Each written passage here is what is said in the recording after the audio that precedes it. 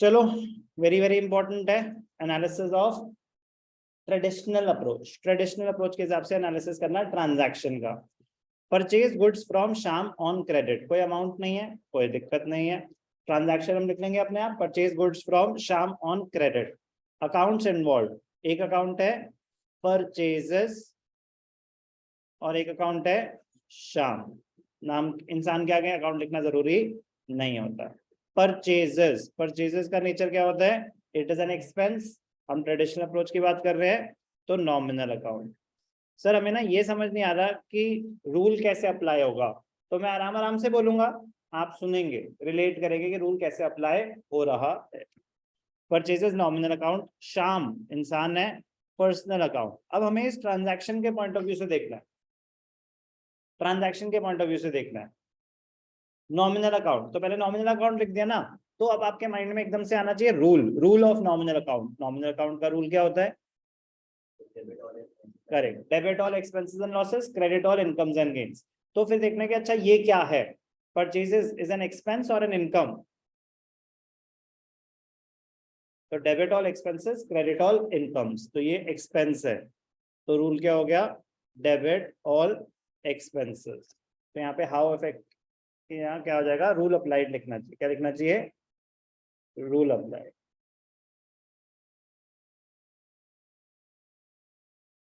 Okay, तो purchases account को debit कर देंगे, debit all expenses. Shyam, debit the receiver, credit the giver. इस पर्टिकुलर ट्रांजैक्शन में आप गुड्स खरीद रहे हो, किससे? श्याम से। तो आप अपने बुक्स में रिकॉर्ड कर रहे हो, पहली बात। श्याम से आपने कुछ सामान खरीदा, तो आपकी बुक्स में आपके लिए श्याम इस ट्रांजैक्शन में रिसीवर है या गिवर है? क्या रिसीव कर रहे हो?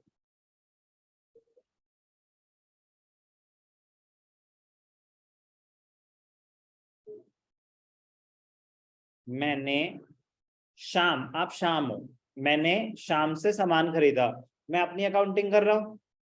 मेरे लिए इस ट्रांजैक्शन में मैं सामान खरीद रहा हूं शाम से, मेरे लिए शाम रिसीवर है या गिवर है? गिवर है कि नहीं है? आप बताओ। गिवर है, बट सर पैसे तो शाम को ही मिलेंगे। इस ट्रांजैक्शन में पैसे मिल रहे हैं या सामान एक्सचेंज हो रहा है?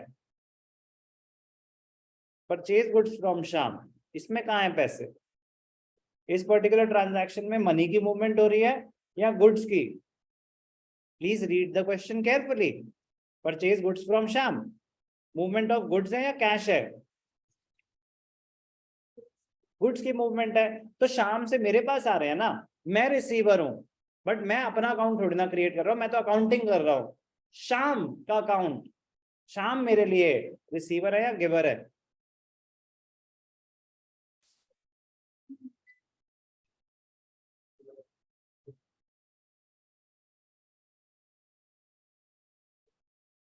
क्या रिसीव कर रहा है वो?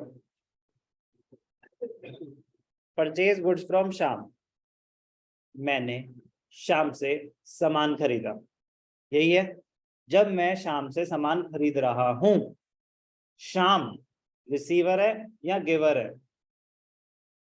क्योंकि अभी गुड्स की बात हो रही है, ठीक है ना। आराम से, मैं कह रहा हूँ पूछते रहना बार बार जब तक 100% क्लैरिटी ना हो जाए। जस्ट बिकॉज कोई और ये आंसर बोल रहा है, अगर आप बोल दोगे तो बहुत बड़ी प्रॉब्लम में जा रहे हैं।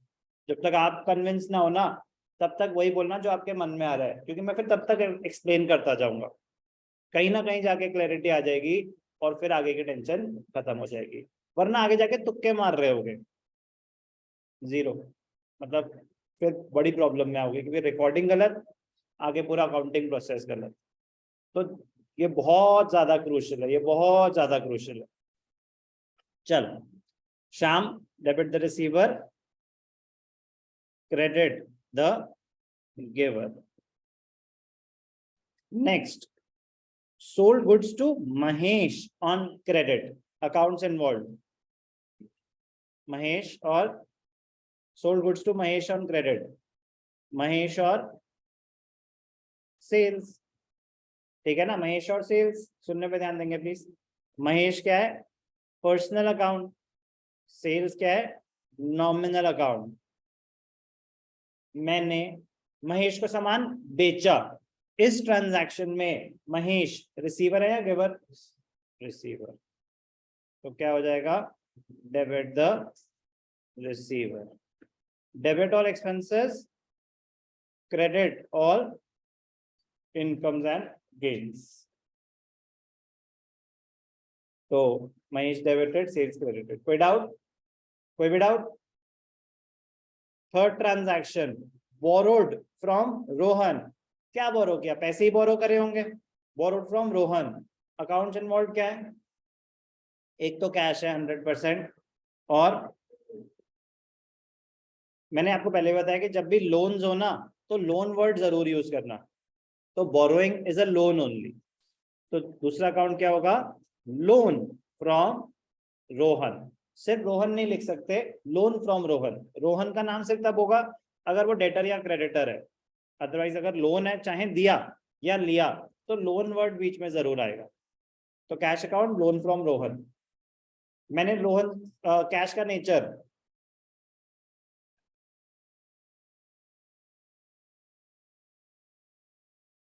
करेक्ट, एसेट होता है, real account. Loan from Rohan,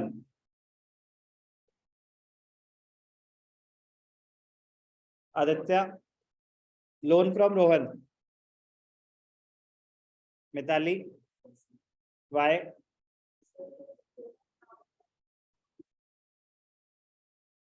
loan, all liabilities are personal accounts. All liabilities are personal accounts.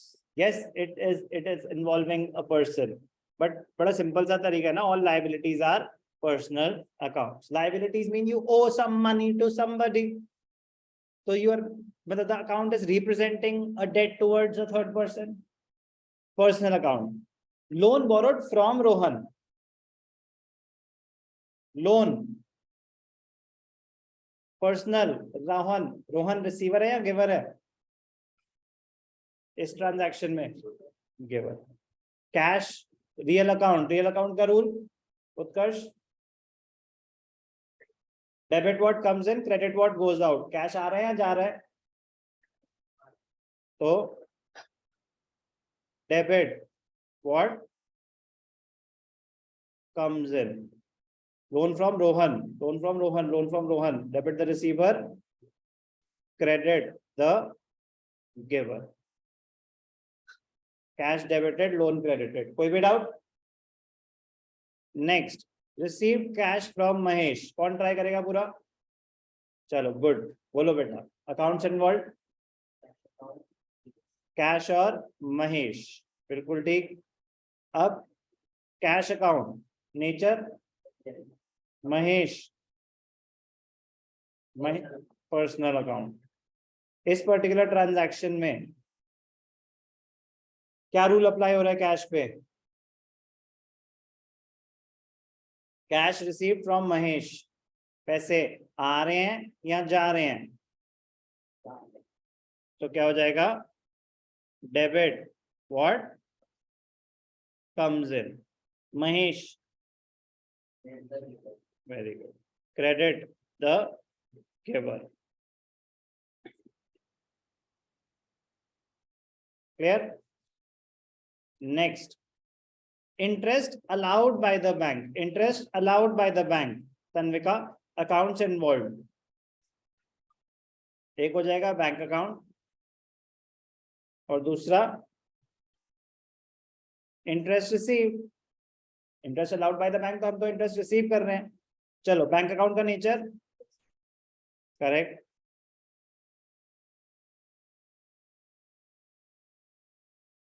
Interest receive, nominal. Bank account, हम इस ट्रांजैक्शन में रिसीवर है या गिवर है? बैंक अकाउंट किसको, ध्यान से देखना, बड़ा इंपॉर्टेंट क्वेश्चन है। बैंक अकाउंट किसको रिप्रेजेंट कर रहा है? आपका बैंक बैलेंस या बैंक वालों को रिप्रेजेंट कर रहा है? ये हमारा बैंक बैलेंस है। ठीक, डाउट आ सकता है कुछ बच्चे अगर जो ज्यादा ध्यान से नहीं सुन रहे। क्या होता है कि बैंक, तो मतलब बैंक वालों का अकाउंट हो गया ये तो वो तो सर दे रहे हैं, वो तो गिवर है। यस और नो, डाउट आ सकता है, बड़ी नॉर्मल सी बात है। तभी आ सकता है जब आपको पता ही नहीं कि बैंक अकाउंट क्या है। ये आपके बिजनेस का बैंक अकाउंट है। क्या है ये? आपके बिजनेस का बैंक अकाउंट है। ये बैंक वालों का अकाउंट नहीं है, ये आपका बैंक अकाउंट है, ये आपका बैंक बैलेंस है। तो इस पर्टिकुलर ट्रांजैक्शन में आपका बिजनेस एंटिटी, आप रिसीवर हो या giver? Aditya, interest allowed by the bank में आप रिसीवर हो या गिवर? करेक्ट। तो पर्सनल अकाउंट का रूल क्या होता है? तो इसलिए डेबिट हो जाएगा, debit the receiver. Nominal account में credit all incomes and gains. कोई भी doubt? Paid instalment of loan, instalment of loan, interest नहीं, इंस्टॉलमेंट की बात हो रही है। तो मतलब जब ऐसा लैंग्वेज है ना, अगर कुछ मेंशन नहीं है तो हम किसकी बात कर रहे हैं? Principal portion. मैंने आपको बताया ना कि दो पार्ट्स होते हैं इंस्टॉलमेंट के, एक प्रिंसिपल होता है, एक इंटरेस्ट होता है। इंटरेस्ट आपका एक्सपेंस होता है, जितना आप प्रिंसिपल रीपेमेंट करेंगे लोन उतने से कम होता है। तो अगर सिर्फ ऐसे लिखा है पेड इंस्टॉलमेंट ऑफ लोन और कुछ नहीं बता रहा कि इसमें कितना इंटरेस्ट कितना प्रिंसिपल, तो हम ये अज्यूम कर देंगे वो पूरा प्रिंसिपल रीपेमेंट है। क्या है वो? Principal repayment. पॉइंट है कि अगर आप पे कर रहे हो इंस्टॉलमेंट और उन्होंने नहीं बताया कि इसमें इंटरेस्ट है, तो वो डायरेक्टली आपका लोन को उतने से कम कर देगा। Paid instalment of loan, accounts involve. अब उन्होंने मतलब क्वेश्चन को फॉर्मेशन एरर बोलूंगा, एक ही लोन बोरो किया हुआ है, ठीक है ना, एक ही लोन बोरो किया हुआ है, तो हम अज्यूम करेंगे कि वो उससे लिंक्ड है। हम अज्यूम करेंगे कि वो उससे लिंक्ड है। लोन फ्रॉम रोहन, और दूसरा क्या? बैंक तो है नहीं, तो इसलिए cash. Loan is a personal account, cash is real account.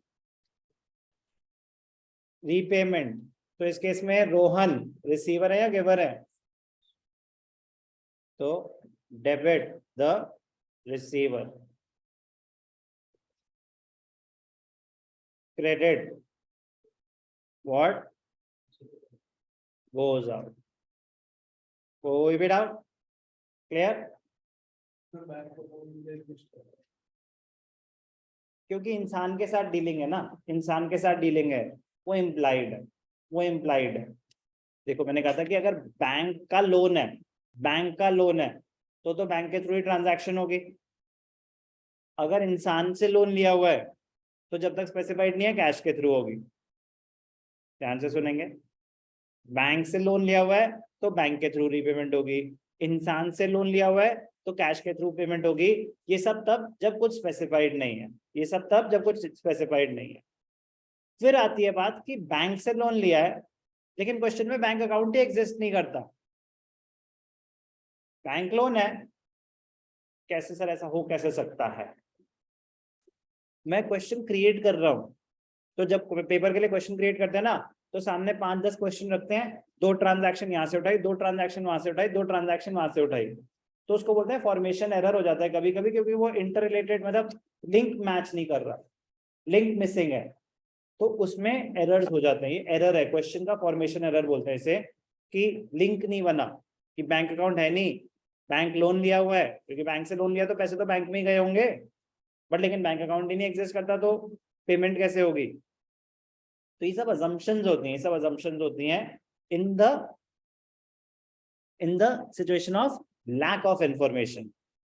But इंसान का अकाउंट है, लोन अकाउंट, और उसकी रीपेमेंट हो रही है और स्पेसिफाइड नहीं है कि कैश या चेक के थ्रू, तो कैश के थ्रू हो सकती है। लेकिन अगर बैंक लोन है तो बैंक के थ्रू होती है। अगर बैंक अकाउंट एग्जिस्ट करता है, तो बैंक अकाउंट एग्जिस्ट करता है कि नहीं करता, वो उन सिनेरियो में देखना है जब बैंक लोन है, इंसान का लोन है और उन्होंने नहीं स्पेसिफाई करा कि रीपे कैसे हुआ है, तो कैश के थ्रू ही होगा।